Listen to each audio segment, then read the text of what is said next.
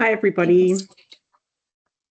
Welcome to the launch of the NextGen Blueprint Insights Report. So lovely to see you. We've got more and more people joining, but we're going to kick off.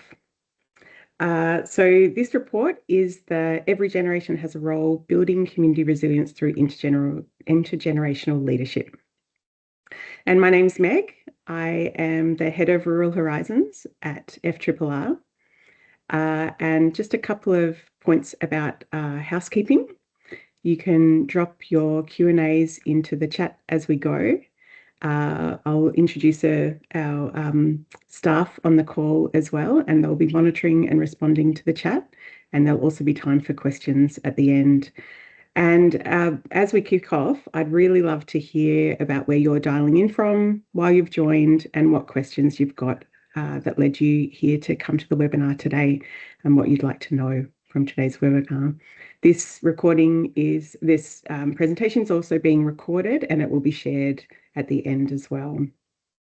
So I'd like to start by acknowledging the Wadawurrung people, the traditional owners and custodians of the beaches, volcanic plains, wetlands, rivers, woodlands and forests that I'm calling in from today.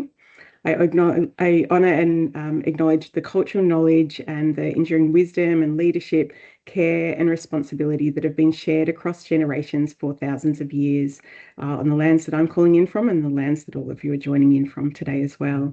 Here on Wadawurrung land, there's evidence of 25,000 years of continuous connection, activity, custodianship, and across 140 archaeological sites, there's evidence of this continuing sophisticated navigation, stories, songlines, and seasonal knowledge that's been passed down through families and generously shared with people in the region today.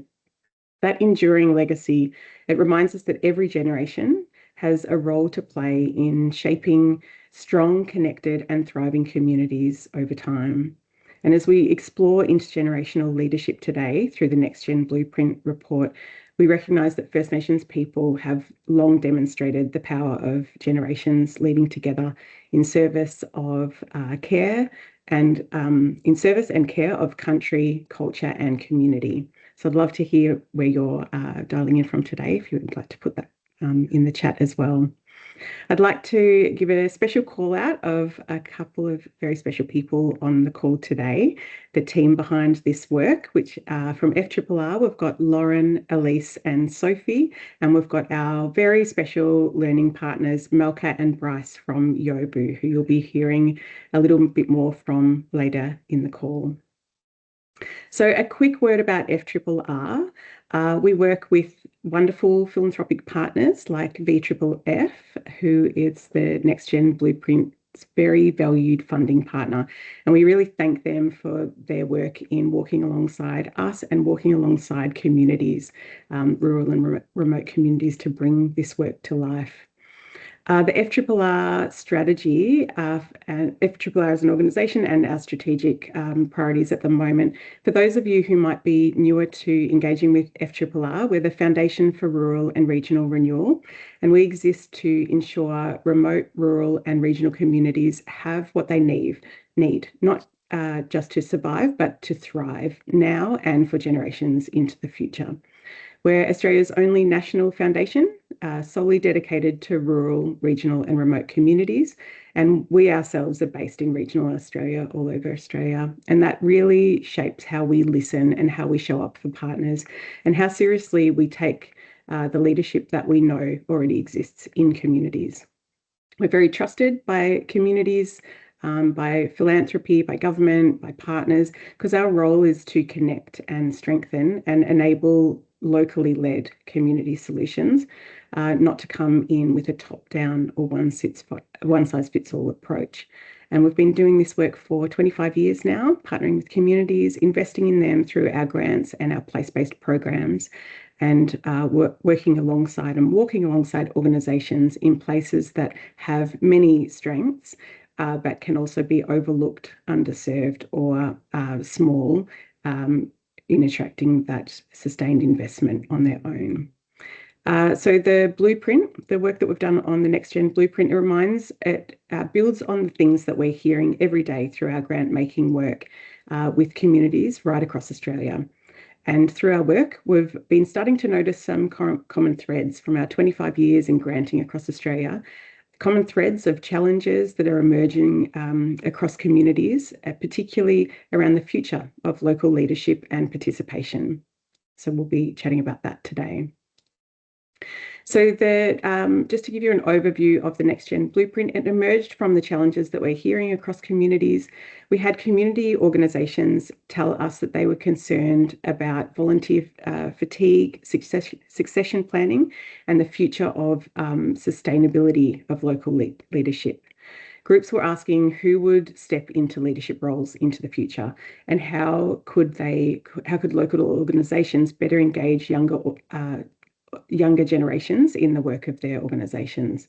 And at the same time, we were hearing from younger people a different but complementary story. They were telling us that they care deeply about their communities, their passion for their local areas evident, and that they have ideas that they'd like to bring to the table to contribute and they're seeking opportunities to make that difference in their local area. But pathways for their involvement wasn't always visible. It wasn't always accessible, and opportunities to get involved wasn't always aligned with how they were able to or interested in participating. And so the blueprint was designed to bring these two realities together, to explore how communities can better support intergenerational leadership and participation now and into the future. So why does this feel important? We believe that strong communities have strong community organisations supporting them, and that they're at the heart of vibrant rural, regional and remote communities. Community organisations create that connection, they deliver services, respond to local needs, and they're often providing that glue that really holds communities together. For community organisations to thrive into the future, communities know that they need local leadership and participation that will span generations. This work isn't about replacing existing leaders. It's about creating opportunities for knowledge sharing and collaboration and succession now and over time. And we know that the future strength of communities depends on our collective ability to support current and emerging community leaders. So with these challenges in mind, we set out to listen and to learn directly from communities. So a bit of the process of the journey that we've taken so far to get to this point. The first phase of the NextGen Blueprint focused on listening and discovery. Through an intergenerational conversation tour, we engaged communities, young people and leaders to understand the challenges and the opportunities that they were facing. These conversations, they informed the development of the report that we're talking about today. And then we invited communities to express interest in becoming anchor communities, where we selected a group of communities to help test and implement and trial some elements of the blueprint in practice. So we've been walking alongside these communities and co-designing place-based approaches that really reflect the particular community's unique context, their priorities and their aspirations for intergenerational leadership. And we've developed 3 grant streams to support the implementation and this experimentation approach. We'll touch on these a little later in today's presentation. So where are we now? We're entering phase 2, and the focus is shifting from listening to action, learning and adaptation.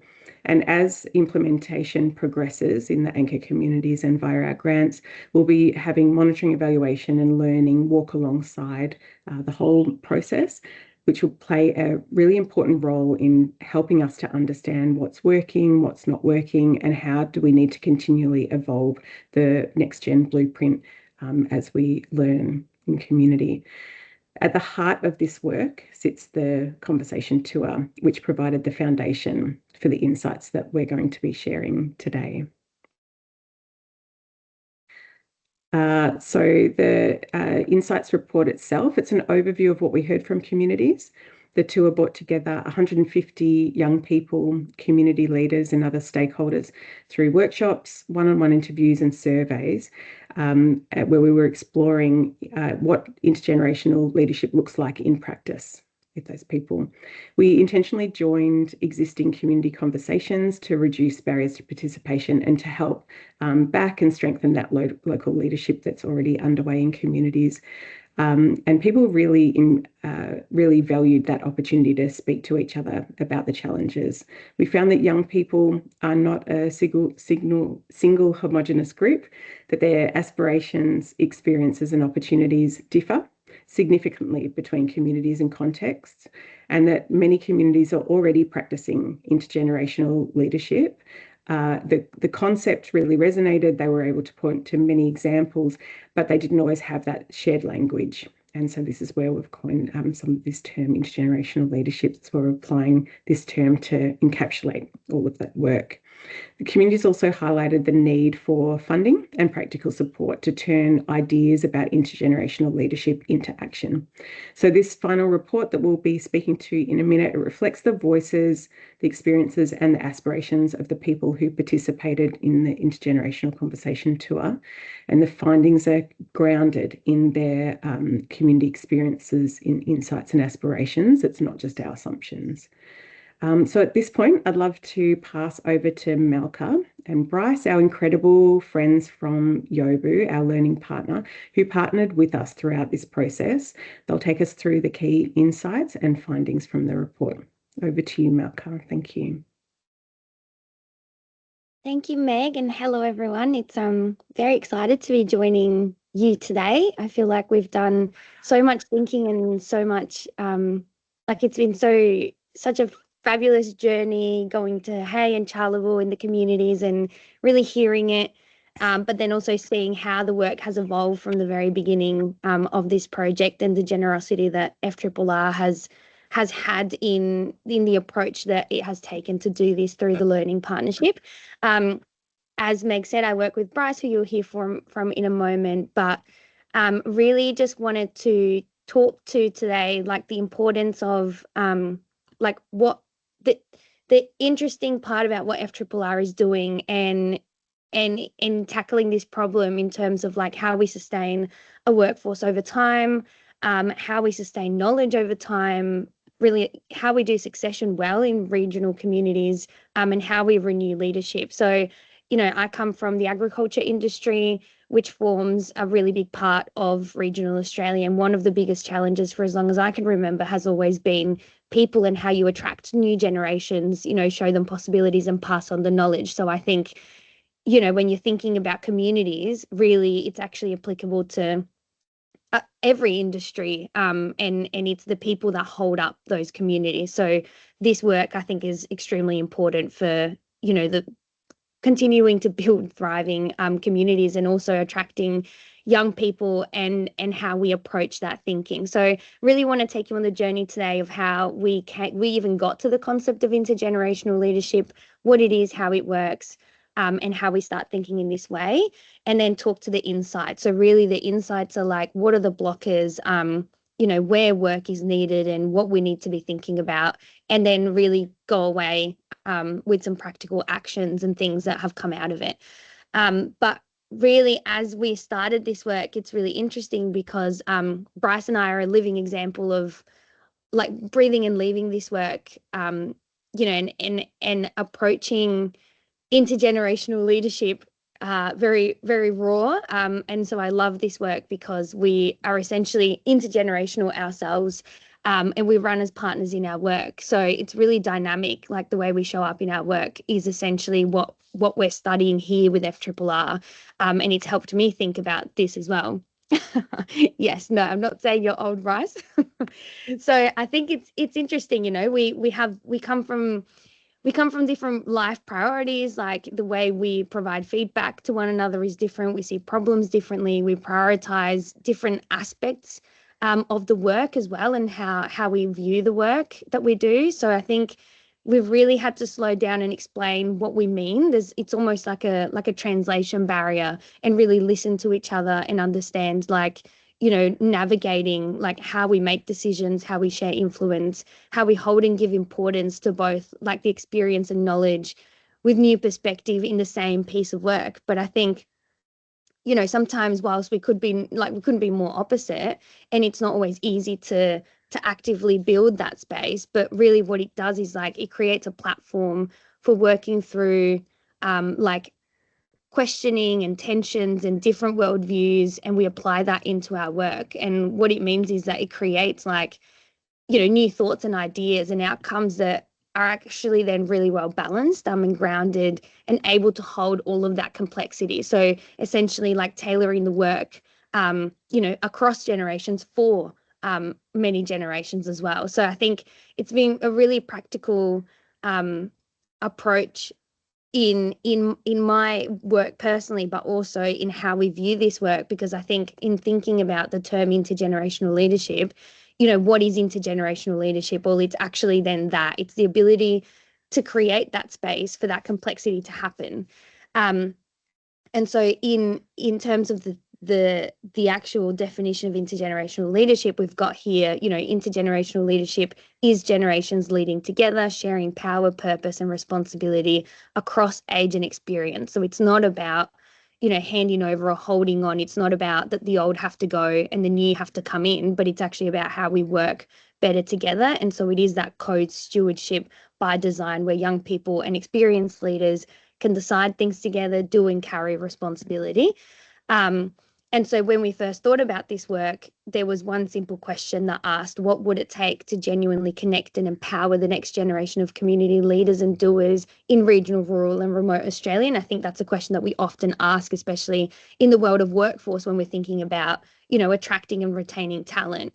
But straight away, I think what we found in challenging this question was, you know, is it assuming that young people are not keen or that they don't want to stick around, you know, or that they're the problem that we have to fix? And so, you know, in challenging that, we essentially then went down a rabbit hole and did some global validation as well, you know, and looked at what other people were doing in the world across governance, business and public institutions. And I think what's come out is that in probably the last 2 to 3 years, there's been sort of a surgence of this term intergenerational leadership, where research has come out, for example, from Harvard Law School saying, you know, age diverse boards outperform on innovation, ESG outcomes and long-term financial performance. You know, the World Economic Forum has come out last year and said intergenerational teams demonstrate higher creativity, adaptability and resilience, particularly in periods of disruption. So I think in the world that we currently live in, it's so fast moving and things are changing so quickly that I think it's yeah, there's been this resurgence of, you know, what does it mean then to move quickly, and intergenerational could be the thing that is actually unlocks that. So just going on to the next slide, I think that the secret sauce in all of this work has also been the learning partnership. So the ability to even shift from that initial question and go from, you know, how do we essentially attract and retain talent, to actually thinking a bit broader about it from a systems lens and going, actually, there is willingness here. And when we really think and listen, young people do want to be really involved.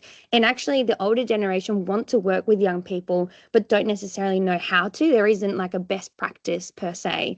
And so, you know, I think intergenerational leadership really then allows for this to be like a new way of thinking and approaching a problem that's not saying that a generation is a problem or that we need to fix something, but it's like, how do we approach what we already know and create the enabling conditions for really good work to happen and really good thinking to happen across those generations. So really, when we think about these key insights and enablers, I think of them as enablers. So it's like, what are the hurdles that we need to overcome in order to create this space where you can hold complexity and you can think about you know, problems and build initiatives and work in organizations across the generation. So you can see here we've got these 5, so I'll go into each one of these, but, you know, shared authority, like how do we share in that power? Like how do we build the capability on both sides? Like how do we build continuity? Because young people aren't young forever, you know, and it is about that cross-generational. So that's why I love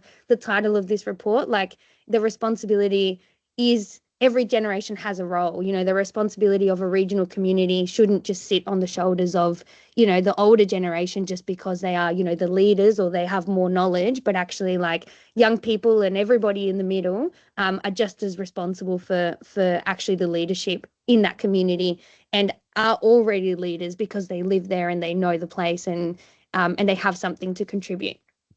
And then, you know, participation design matters. So going back to, if we're going to include everybody, how do you create that inclusive environment?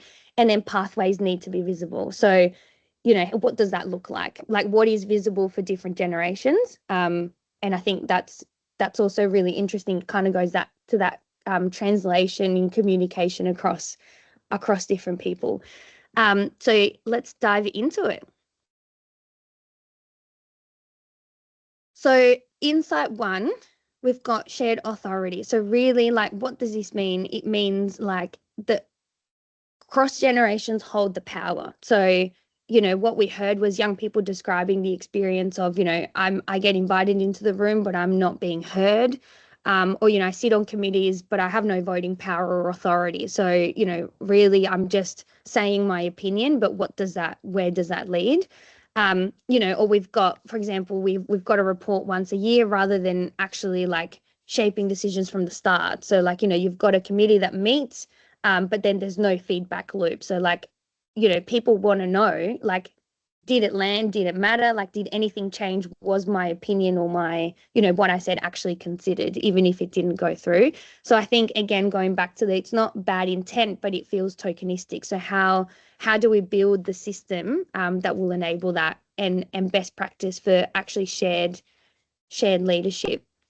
An interesting point, I think, is if you think about it from the flip side, we're doing we're writing the youth strategy for the city of Ballarat at the moment, and what we're seeing is we're at a point in the moment in the world in which young people are not trusting the system and leaders, you know, and when they don't feel genuinely heard. So we did a big survey in Ballarat, and essentially 40% of young people were saying that they don't necessarily believe or trust in democracy. And I think the reason behind that wasn't that they didn't believe in democracy, but it was actually that they weren't trusting in the leaders. And so the reason for that was because they didn't feel like they were genuinely heard or they were genuinely engaged. So I think where it actually worked really well, it absolutely was a standout. So for example, Denny Ute Muster, you know, young people were on there that worked on that, and they said, you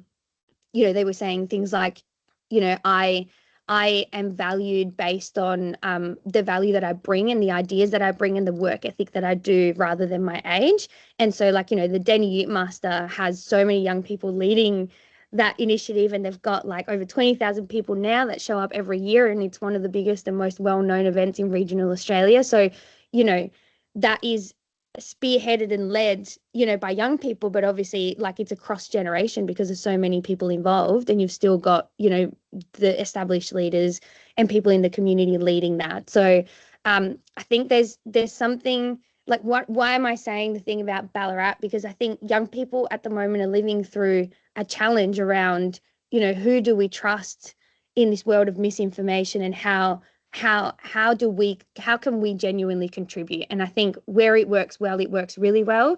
But I think if it doesn't work well, then you've got the flip side, which is actually, I just don't trust the system anymore. And that's, yeah, you know, like that's essentially, I feel like we're going into a risk with that in terms of young people.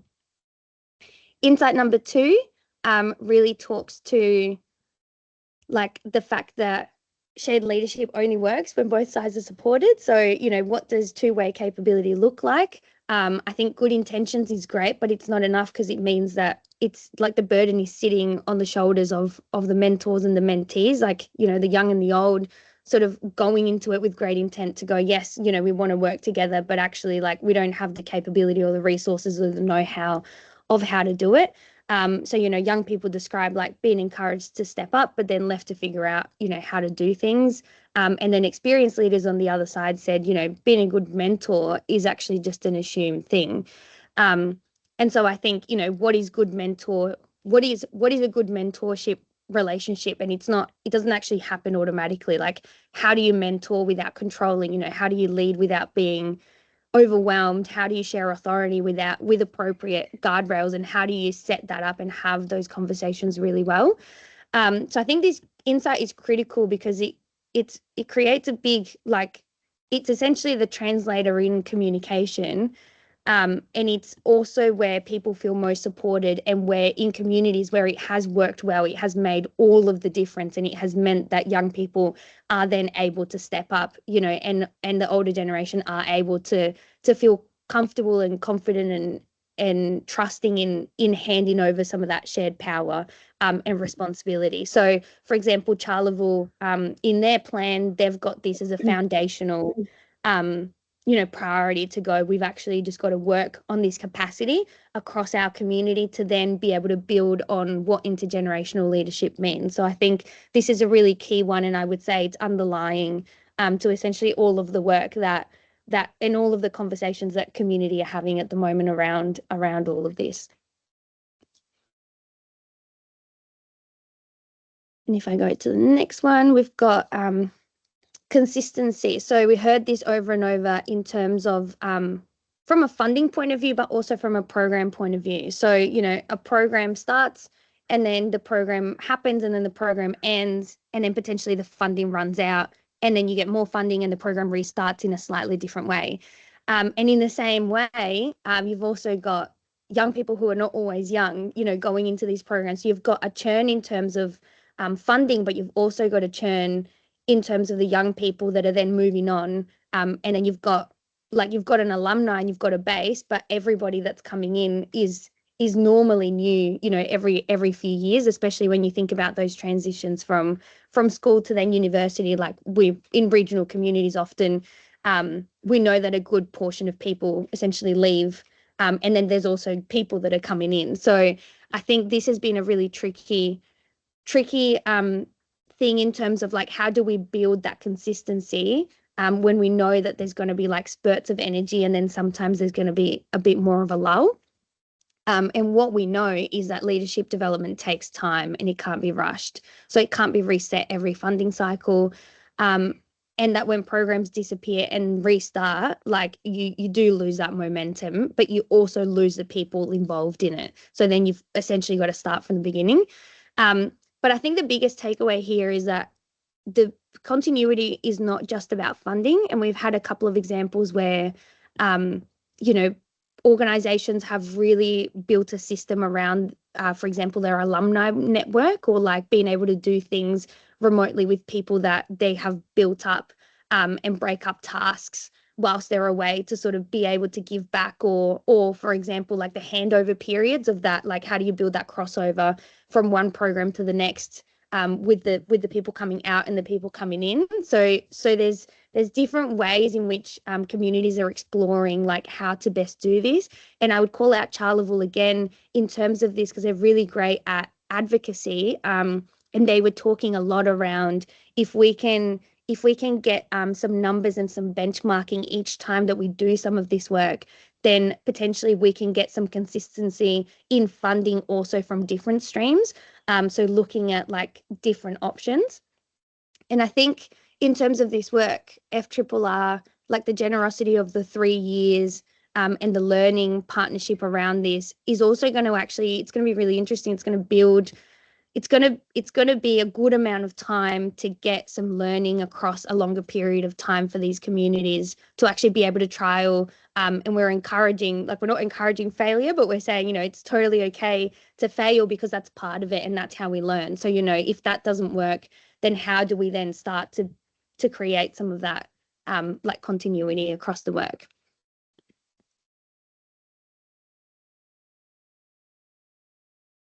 This insight is around, I love to think of it, we've got here, think a sporting team with no bench. So this was a really, really big one in terms of burnout in communities. Like, we heard over and over, you've got 2 or 3 or 4 key leaders, and they wear five or 6 or 7 hats. They're like part of the sporting community, but they're also running, the community hub in town. And then they're also, like running their own business, and they might have a retail store, and they might, you know, be mentoring someone else. So I think when you find good leaders and there's people willing to volunteer, there is definitely that feeling of burnout. You know, I'm just running on steam, and if that person leaves, you know, then that creates a big risk, and it creates a really big hole in the community. So how do we build like a bench? You know, if you've got a starting 7 for netball, for your netball team, and you have sort of no one on the bench, like if someone gets injured, they're out, you probably can't really call someone who's watching the game to just come and play, because they haven't been in the training sessions and they don't know what the strategy is. So like,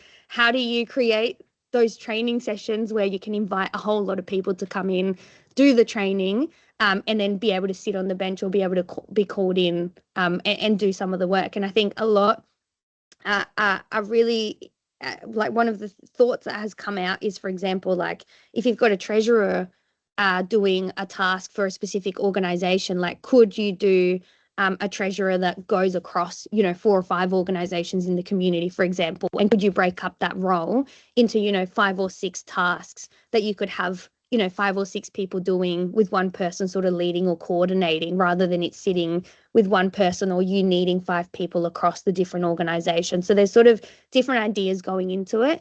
And there's also been a sense that you could have a groups of young people too. So it doesn't need to be, you know, one person doing one task, but could you almost do it like, you know, on a Monday night, you've got 5 young people who are like keen to help out. And so it might be slightly different volunteers each time, but you could give them, you know, half of the task of what a treasurer would do, you know, across those 5 communities. So I think there's some really creative thinking around how you can go about building a bench.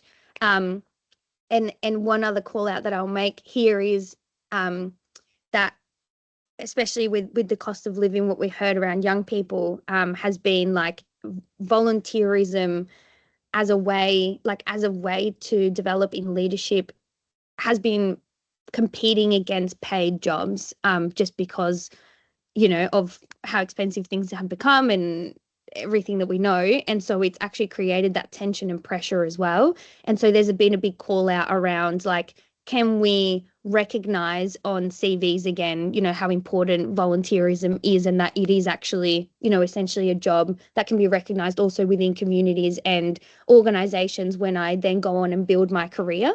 So there's been a big call out for that from young people to go, you know, if I'm going to volunteer, and I'm going to give up my time and I'm not going to be paid for it, where I could be doing something else, like, you know, is it like, can we as a community acknowledge that that's, you know, a really big development in my leadership, so that I can then go and get a job.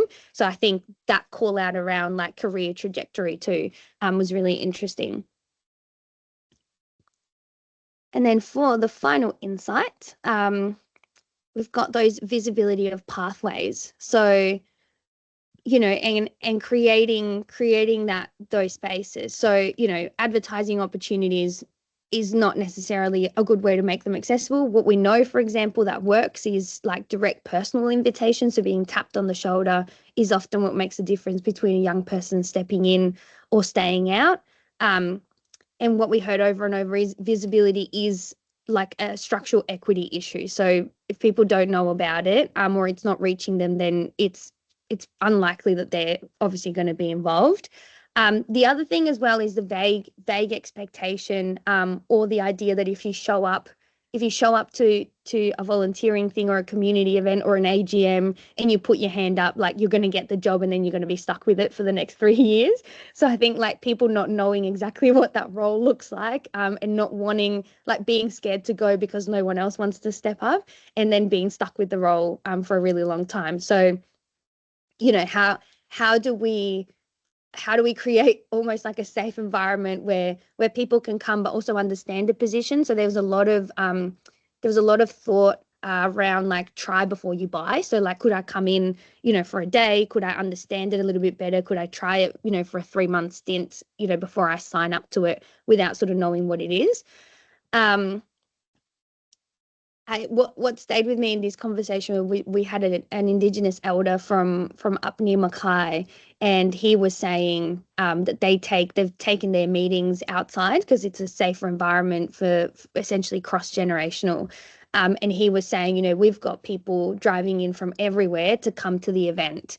And so like we know it's a good event when like people are willing to drive to come to it. The things that people don't come to basically don't do it. And he was pretty blunt about that. And I think there's something to reflect on in terms of when, you know, there's potentially initiatives that we ask young people to take, but you know, if that's not working, like pivoting and changing is really important. So building on what works. And almost that momentum, like that Denny Ute Master, like if it's working, like people will come and it will work really well. So yes, I think that's a good sort of overview to start with. I'm going to pass on to Bryce to add a bit more context and finish off the presentation. Thank you, Malka. I want to begin with a bigger proposition, which is, as we've been working through this really wonderful process, I've been thinking to myself, what if rural, regional and remote Australia became famous for intergenerational leadership? What if that became the thing that defined the future of rural, regional and remote Australia? And I guess I'm coming at that because in so much of our work right now, the communities that we're working with are confronting increasingly more complex and intersecting challenges. So like our work in the energy transition, for instance, in agriculture and the transformation in agriculture, all of the economic transformation that's happening, that all of this, of course, is colliding. This is like a perfect storm right now. So, you know, what if one of the things that would help rural and regional Australia navigate these challenges is actually just doing something really simple, you know, which is really around better relationships, you know, better ways of working, better ways of sharing power, knowledge and responsibility. And what I love about this work is when you think about intergenerational leadership for a moment, you have experienced leaders who are bringing wisdom, history, and long perspective.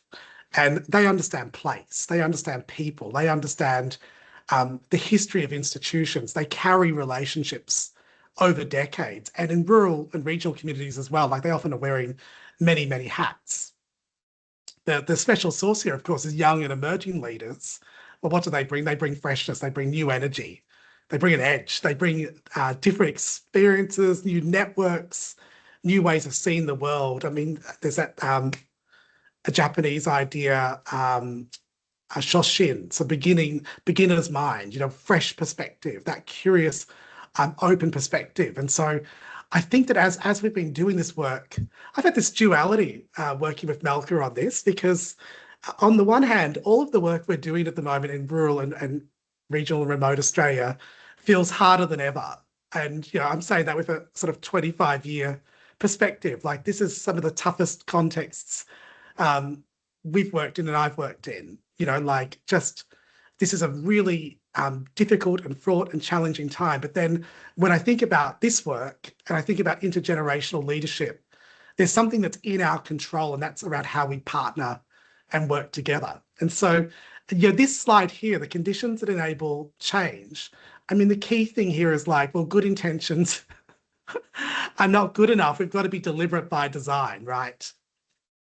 And so that is like building that shared language, you know, for leadership. So different generations can carry very different assumptions about leadership, about authority, about responsibility, mentoring.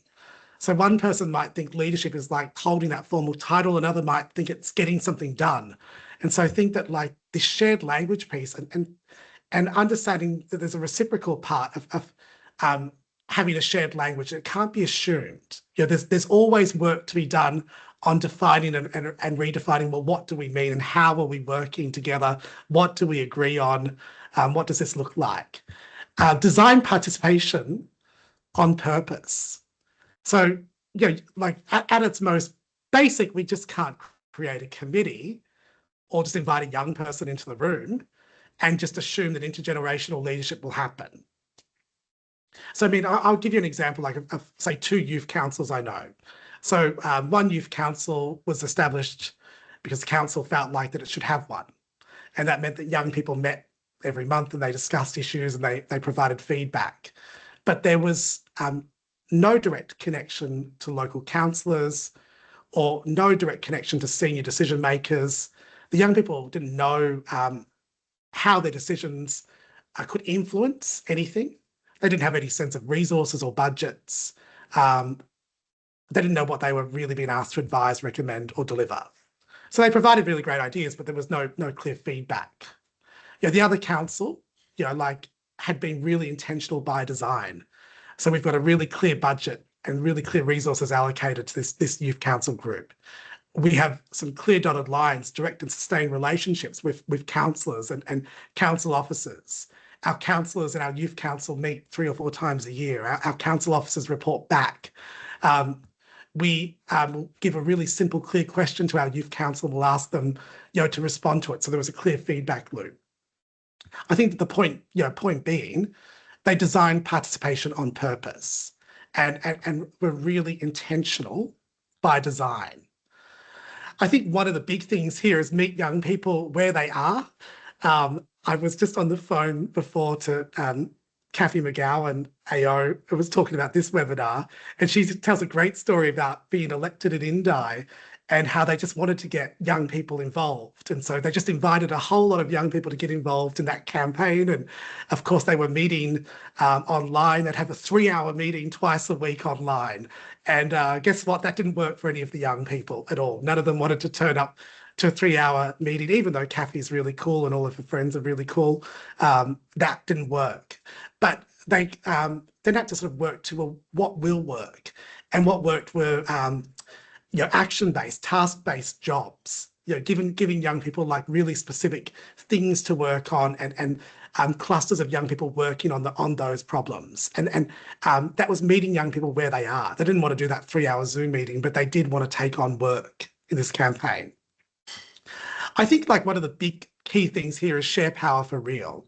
And this is really interesting because it collides with me around how governance is in constant flux and changing in and of itself.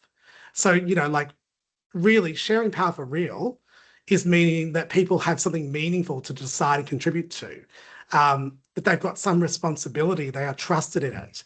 There's some clarity around the authority here, but also I think the sharing power for real is all of us realizing we can reimagine our governance and our structures.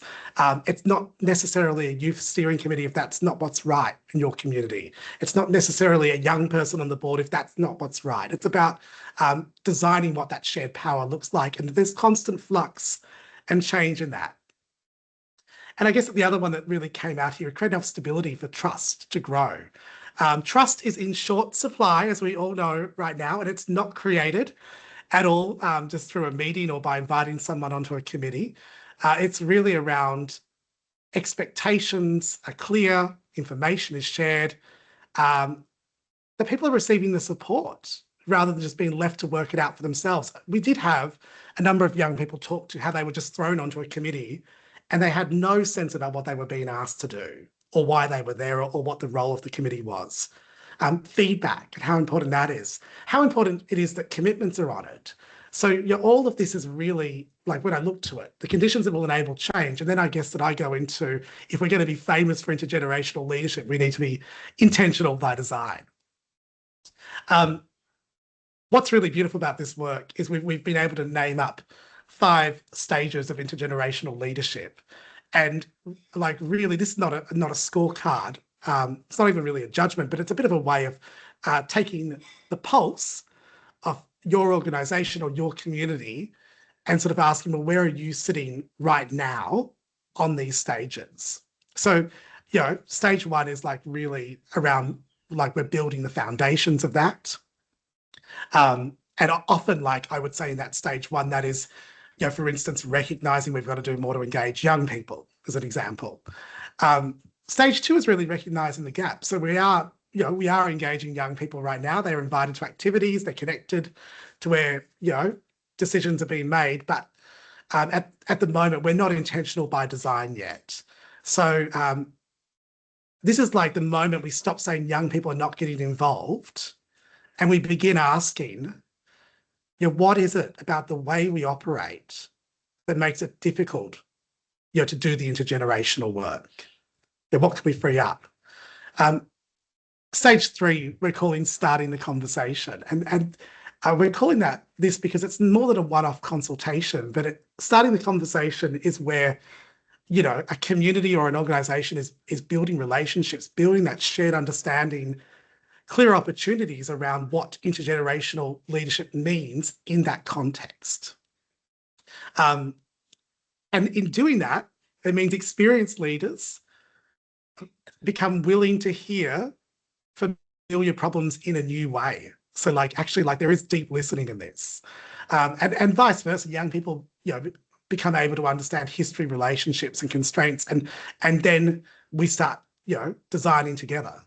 Stage 4 is really where, you know, accountability, authority, responsibility begin to become shared. And, you know, you've got some kind of intentional by design approach around intergenerational leadership. And then it gets to stage 5 here on this ladder, which of course is the joy and the pain and the pleasure of working with young people, which is it's renewing continuously. So a structure that works for one class or one generation or one chapter of young people in intergenerational work might not work for the next. So like it's part governance, part strategy, part succession planning.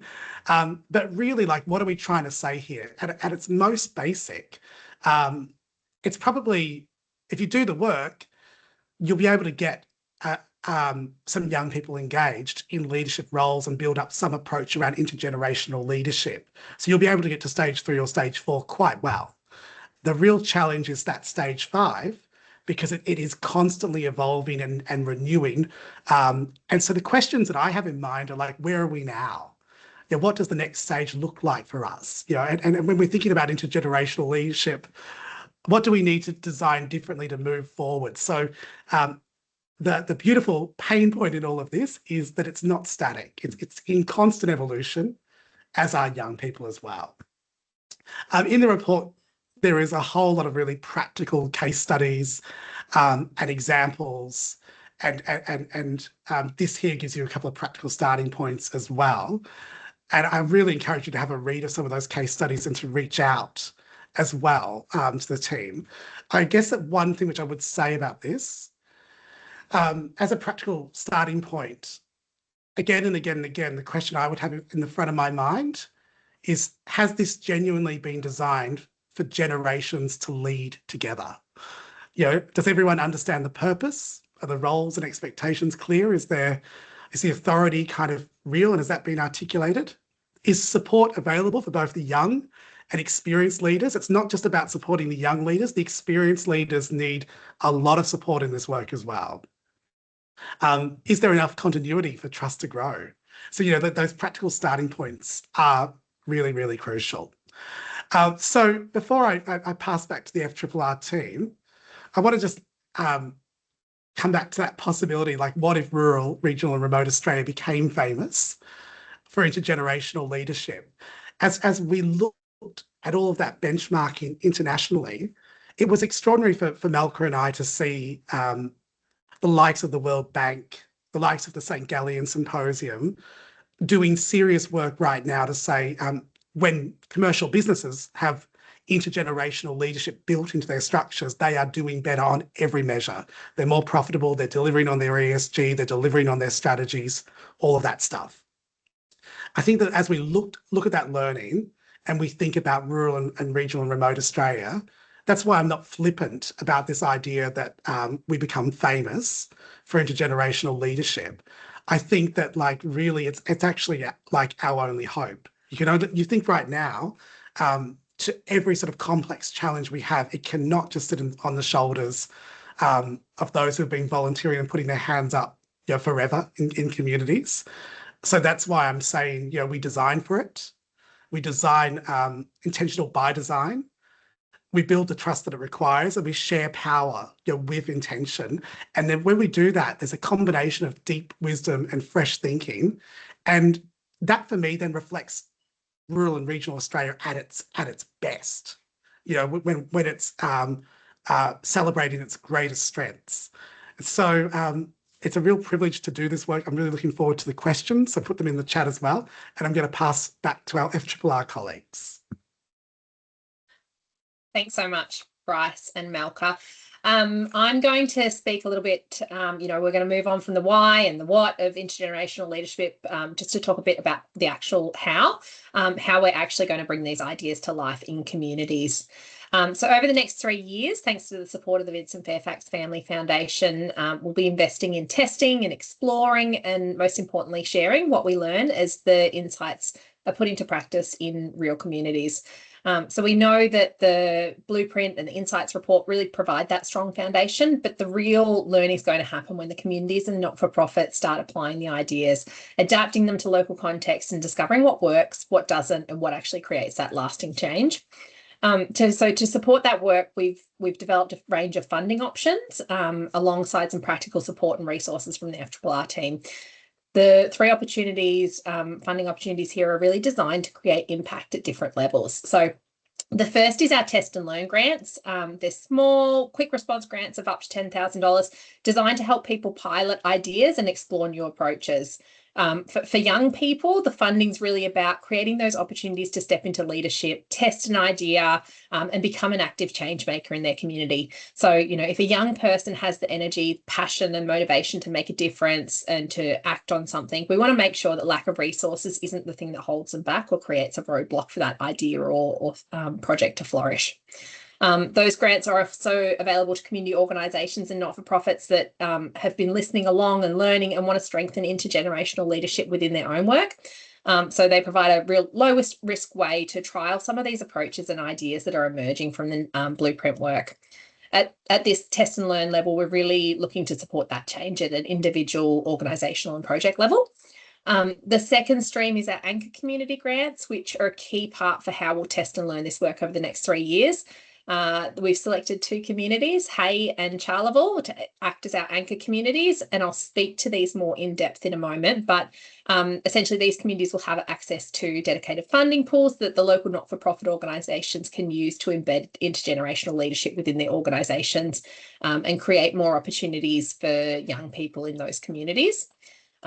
What really excites us about this stream of funding is that opportunity to test these ideas at a whole of community level. So rather than funding isolated projects, we're creating an environment where, multiple organisations are all working together towards the same goal and collectively exploring what intergenerational leadership looks like in that rural community setting and learning together.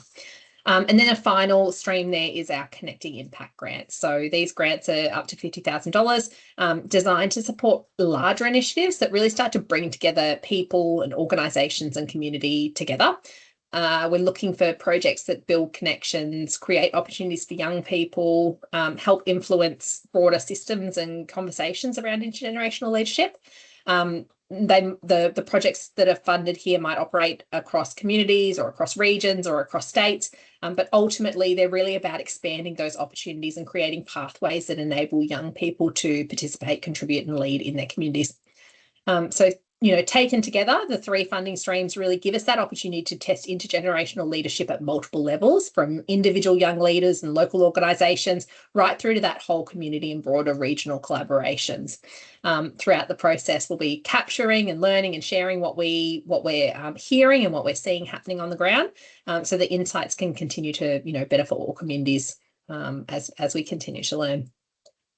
So I'd love to spend just a couple of minutes talking about the 2 anchor communities, because these 2 communities are really at the heart of the kind of whole learning journey over the next 3 years. The purpose of the the anchor community approach is really to go deeper than the individual projects and explore, what's going to happen when a whole community intentionally invests in that intergenerational leadership. So following the conversation tour, we invited several rural communities to sort of express some interest in being part of this work. We're looking for communities that really reflected many of the places that FRRR traditionally supports. So those smaller rural communities, strong community spirit, a significant reliance on the local not-for-profit sector to make those communities vibrant and livable. And so following that process, Hay in New South Wales and Charleville in Queensland were selected as our anchor communities. So what really stood out for us about those communities was their readiness. They really had a strong community networks already in place, existing connections with young people. So the young people were already part of conversations, and a real genuine willingness to test new ideas and learn alongside us. So that kind of coming to it, you know, understanding the opportunity that it was to do things differently and see what might happen. They're also really quite remarkably similar in a lot of ways, which, you know, both the rural communities, populations under 3,000, you know, significant distance from major centres, you know, and both really care deeply about creating opportunities for young people and making sure that young people see a future for themselves there. And at that same time, they were really starting from different places, though, within that intergenerational leadership, which I think is what it makes it really interesting. It gives us an opportunity to explore how these similar communities can, you know, they're on different stages of the journey, but how they can engage with the blueprint and, you know, what progress looks like over those times. What's been really interesting in these anchor communities is that, you know, while these rural communities share similar challenges, the solutions really do need to reflect that local context.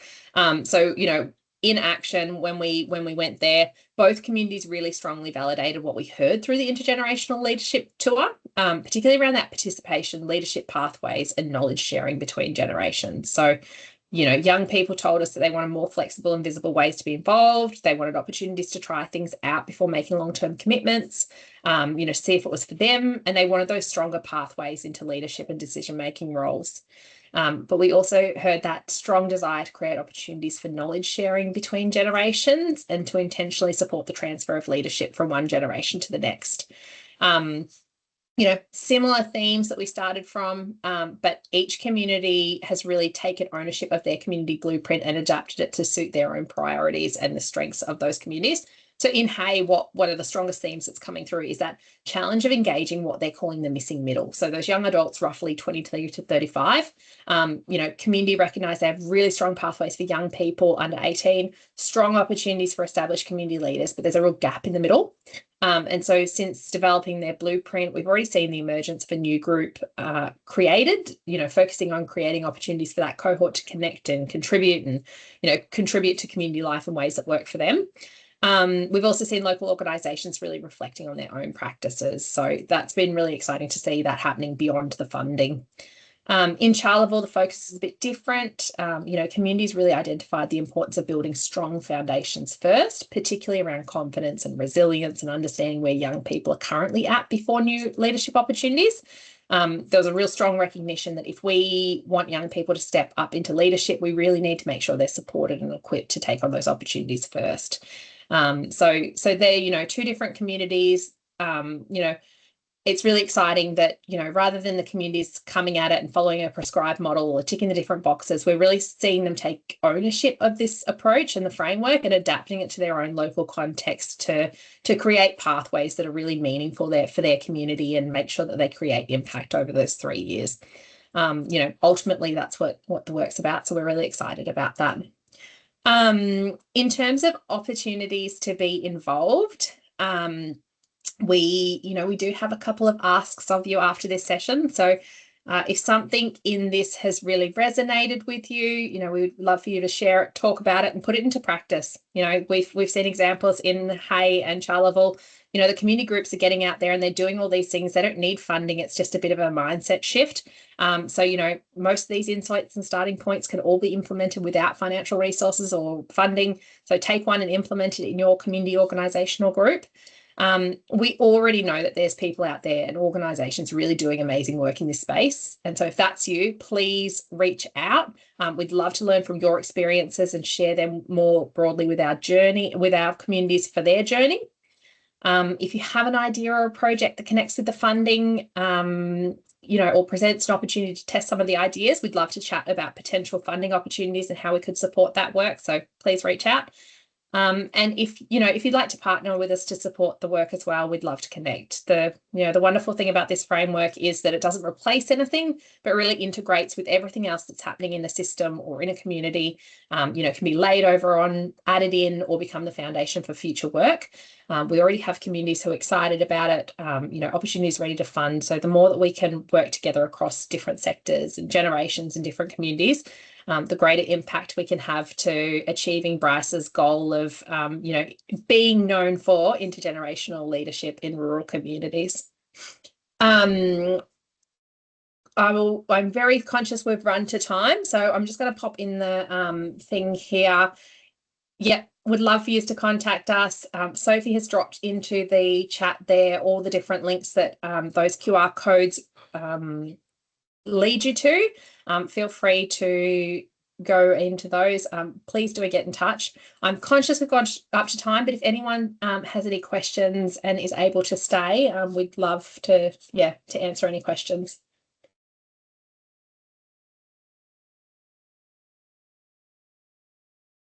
I'm hoping you're all just feeling so overwhelmed, you know, inspired and, you know, willing to go and tap some young people on the shoulders. And, you know, hopefully this is just the start of a 3-year journey for us. So we're really excited to continue to share and see what is possible. Lauren, Carolyn has a question. Are local councils eligible for the network grants? Yes. Yeah. So the current funding that's available, the only geographic is it needs to be in Queensland and New South Wales, just for this initial piloting. So as long as you're a local government organisation there, and it's above and beyond the work that you normally do as a council, which, you know, unfortunately most youth work is above and beyond what local governments are prescribed to do.